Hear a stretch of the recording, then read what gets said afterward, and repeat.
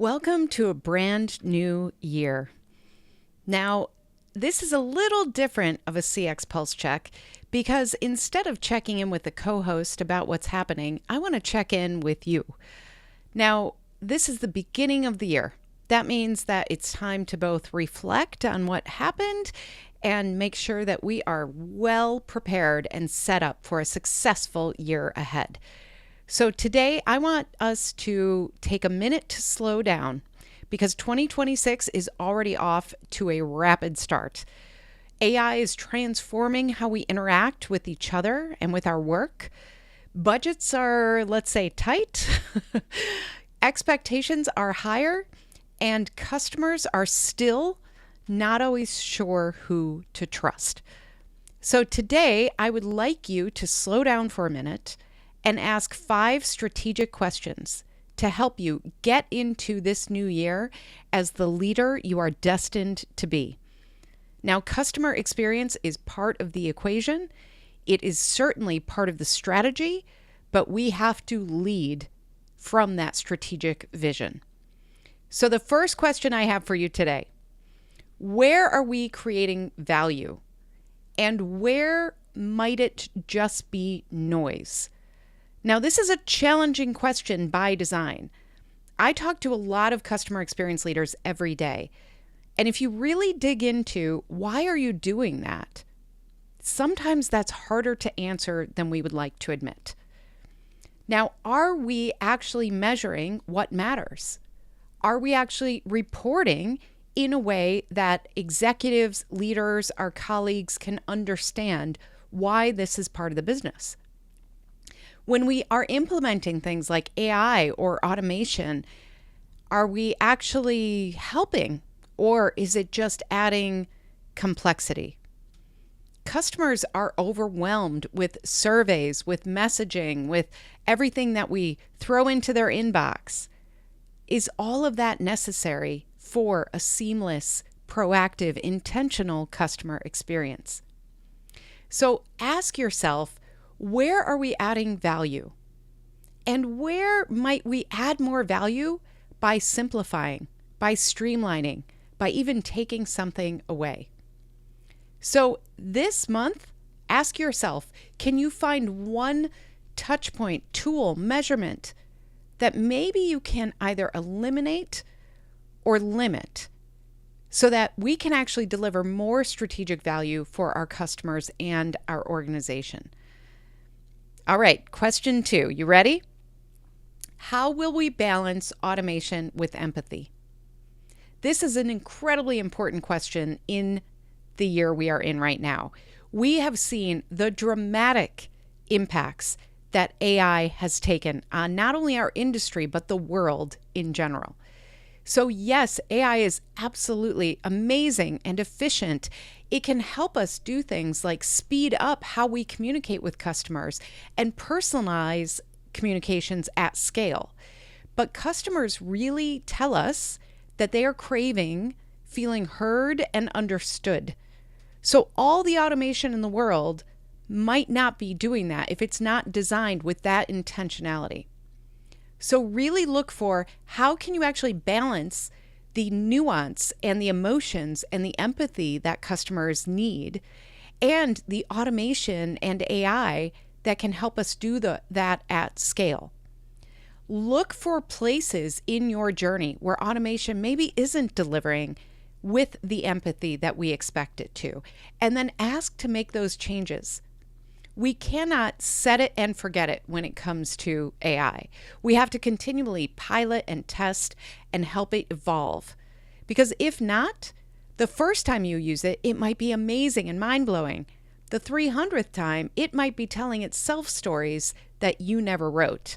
So make sure that you are looking at how can we continue to be human and show up with empathy, no matter what channel, no matter what tool, no matter what technology we are using.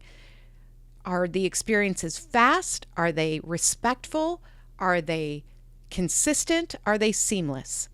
Where do your customers most need to feel human support in your customer journey? That is a great question to ask to really start testing this and look for ways that we can balance that automation with empathy. All right, question number 3. You know I love this one. Are your CX goals aligned with your business outcomes and customer trust? This is the real balance we have to achieve as customer experience leaders. We have to make sure that we are living up to the real pressure that we have today to prove ROI, return on investment. But more than that, I believe that customer experience is a winning business strategy when we actually align it with our organizational goals. If we can do that, that not only proves ROI, it drives the return on investment. So if you have not yet taken the time to define what success looks like through a customer experience mission statement, through a customer experience success blueprint, now is absolutely the time to do that. You may be in a world where right now you are hearing about your organizational goals for the year. Listen carefully and ask yourself, how can customer experience actually impact those goals? How can we make sure that we are measuring the right things so that we can impact those goals? What are the levers we can pull in customer experience to actually deliver on those outcomes? And if you cannot really define that, if you don't see that connection, then conducting a customer experience success blueprint exercise could be very, very beneficial. You want to outline, what are your organizational goals? What do your leaders care about? What are your customer experience efforts, and which ones will pay off? We cannot be all things to all people. We cannot do all the things in customer experience that everybody wants. We have to make sure that we are strategic and prioritize the right efforts to get the outcomes that matter most for both our organization and our customers. That's how we build customer trust. That's how we build trust with our executives. We get very clear on how we are impacting our organizational goals and the goals of our customers. Trust is so important today. Don't get overwhelmed with everything you're hearing about AI and automation and all of those things, because guess what? Because of that, it's hard to know what to trust and who to trust. So continue to be authentic about how you show up for customers, and continue to make sure you're using things like human-centered storytelling when you are reflecting back to your executives about the customer experience as well. All right, question number 4. What's changed about your customer? What has really happened, and how have we adapted to them? This is where we want to get reflective on what have we learned about our customer. What are they really looking for this year? How can we make sure that we are adapting to their real life? This is so important because everybody is evolving very quickly right now. Expectations are shifting. Social norms have changed. What is considered truth has changed.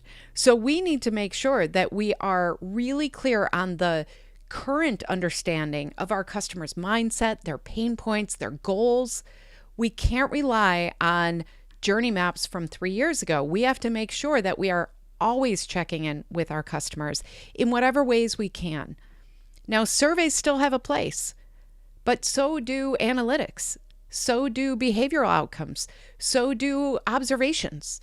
So do customer interviews. All of those things. Can you co-create with your customer this year? Can you include them in the process in any way you can? That is so, so important. So what assumptions have you been making that maybe need to be retested? That's a great question. And finally, you knew this was going to come up. Question number 5. Are you using your customer experience mission? Is it just a statement, or is it driving decisions? This is what helps us understand that we cannot be all things to all people. We make a decision on how we show up for our customers no matter what. And then we use that CX mission statement as a guide, as a tool to make sure that we have those discussions about, did we live up to this mission? Why or why not? And then do something about it. It is a living document that helps you make better decisions on behalf of your customers. which leads to better business outcomes. And that's what this is all about, right? So how can you better tie your customer experience mission statement to your daily decisions, your performance, your retention strategies, all of the things that really, really matter? So I hope that you are well prepared, feeling empowered and energized for the year ahead. And I hope that we all agree there's no magic formula here. There is no magic formula to what we do. We have to constantly adapt and evolve and look for the nuance. And that's what makes this work so fun. We get to figure out what makes people tick, and then we get to figure out how can we actually make things better for our organization, for our leaders, for our customers, for our colleagues, and frankly, for the world. I am excited about that as a goal, as I always am. But asking these questions helps me get focused on what do we really need to do this year, right now, to make sure that we are successful in all the ways that we want to be. I am going to claim that 2026 is the year of intention. Let's be intentional, let's be proactive, and let's see the amazing results that we can build. I cannot wait to see what you do in 2026 and beyond, and I hope that you'll check in with us at Experience Investigators. We have resources, we have tools, and now we even have a book.